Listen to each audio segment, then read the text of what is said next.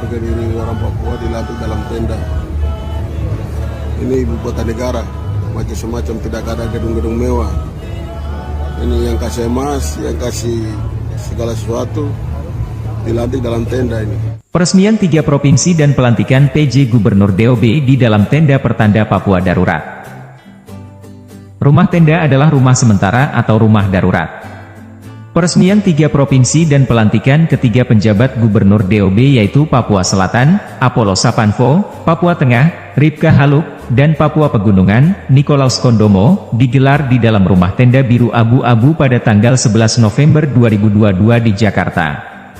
Tenda itu dipasang di depan kantor Menteri Dalam Negeri. Apa makna di balik rumah tenda biru abu-abu ini?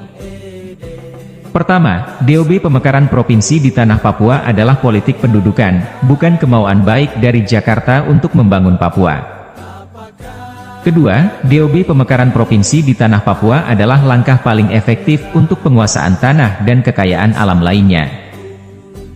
Ketiga, DOB pemekaran provinsi di tanah Papua untuk mempersempit ruang gerak kombatan TPNOPM dan aktivis HAM untuk berjuang keadilan karena struktural TNI Polri akan dimekarkan di DOB yang baru dibentuk.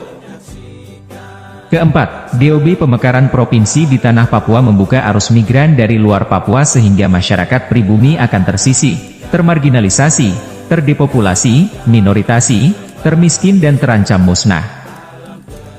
Kelima, peresmian 3 provinsi baru dan pelantikan 3 PJ Gubernur di dalam tenda sebagai bentuk penghinaan kepada martabat orang asli Papua. Ironis memang, di Jakarta ada banyak gedung bertingkat-tingkat, tetapi pejabat gubernur yang adalah perpanjangan tangan pemerintah pusat dilantik dalam tenda darurat. Keenam, rumah tenda adalah rumah sementara atau rumah darurat sehingga ini pertanda bahwa tanah Papua sedang dalam keadaan darurat, sehingga terkesan ketiga PJ Gubernur itu menangani masalah Papua yang sedang darurat itu.